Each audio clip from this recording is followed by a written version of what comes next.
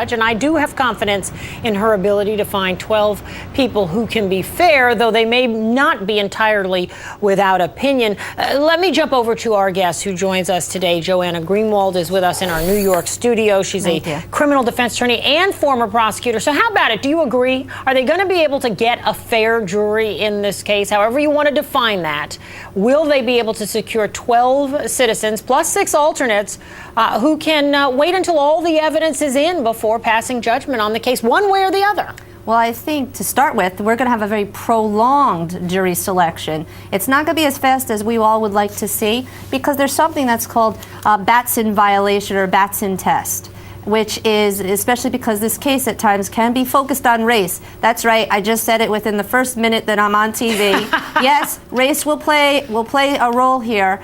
And a Batson test is, and those are when someone uses their preemptory challenges. You have to show that you're not knocking someone off a jury because of their race or sexual orientation or Joanna, gender. You think that even though it's moving quickly now, it's going to get hung up when they start to exercise the peremptories? Oh, yes. And one side or another says you are violating Batson. There you go. All right. Here's my question, though, on that. And look, I'm always happy to bring up race when it's relevant, and I think it was highly relevant in the first O.J. Simpson case, the murder trial. Of course it was relevant. And many people thought the moving a venue to downtown Los Angeles was, in large part, the reason Mr. Simpson was acquitted. But here, I don't know that I see race as a part of this case. Why do you, Joanna?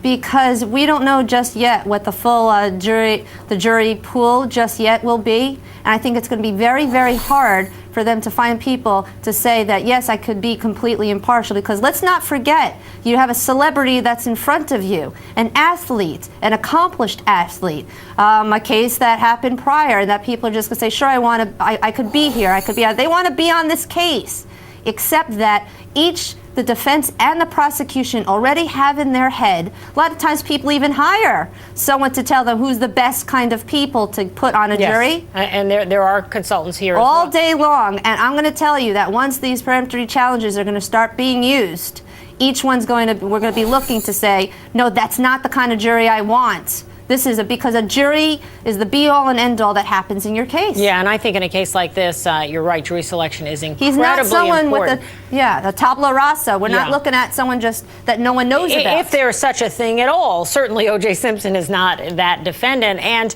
I guess I'm convinced, Joanna, by what you say, race was certainly a factor in that first trial. And to the extent there are holdover opinions, which Gene has just reported, there are, based on the first case, then I guess it's still a factor on some level. Let me jump out to Gene Casares, because it's actually been talked about in court. We had some motions on the part of the correspondent. That question, it puts you on the spot a little bit, but every time y'all have some little tidbit that really could make a difference in a case like this. And that's reasonable doubt right there. Why are his feet up against that door? Now, watching and waiting for that verdict with us, we have two terrific guests. We have criminal defense attorney and former prosecutor Joanna Greenwald, still here with me in New York. And out in Tennessee, we have our new friend, criminal defense attorney Rachel Wolf. She also happens to be a partner in Bruce Poston's law firm. And I guess that means I'll start with you, Rachel. What's the most powerful piece of evidence? I'm going to tell you what I think. I think it's Eric McLean's testimony itself, especially on cross-examination. I found him more compelling and more sympathetic on cross. I thought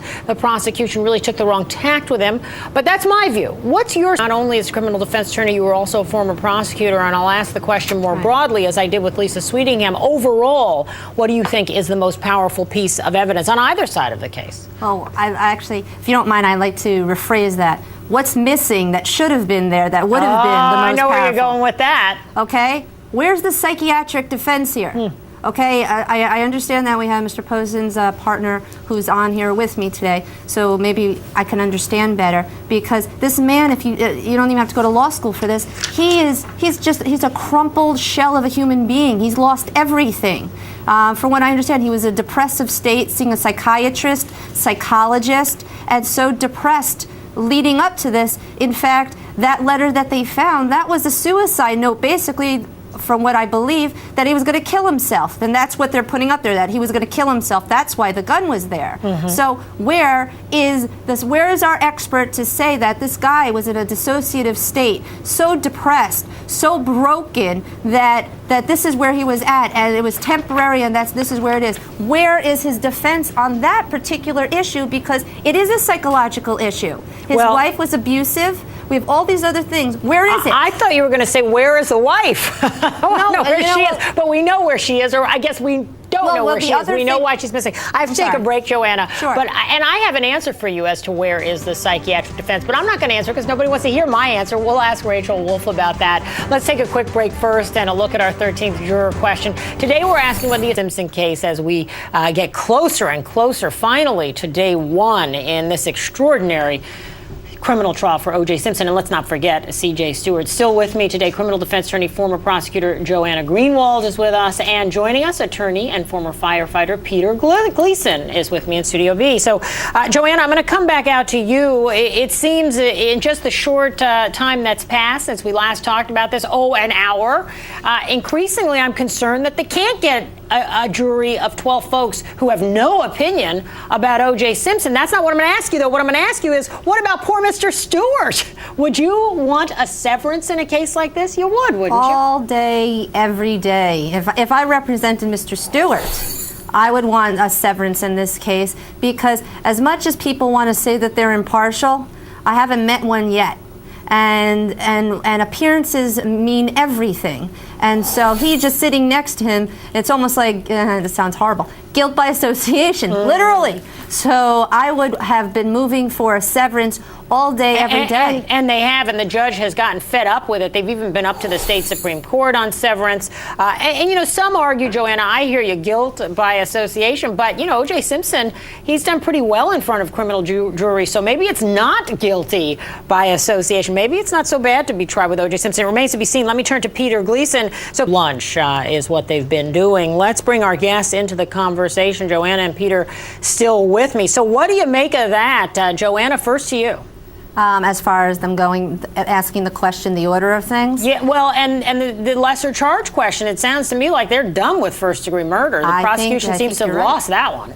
I think you're right. I think that was improved at the case. I don't think that charge should ever have been in this case. And I think at this point now, I think there are holdouts going on. And I think they're trying to appease someone who has a question of, well, just like we talked about compromise. Which way do we go and how do we do it? And I think the order of things was bothering somebody. Yeah.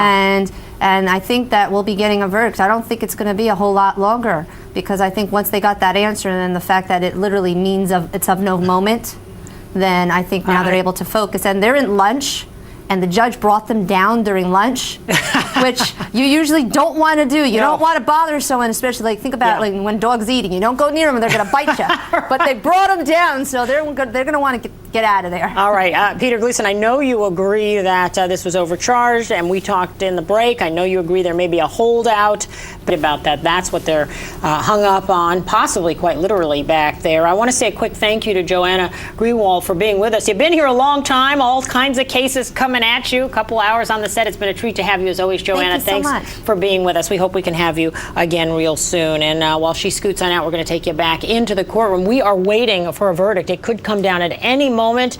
And as we do, we want you to think about what the jury's thinking about back there. Here's a little bit more of Bruce Poston, criminal defense attorney in this case, his closing.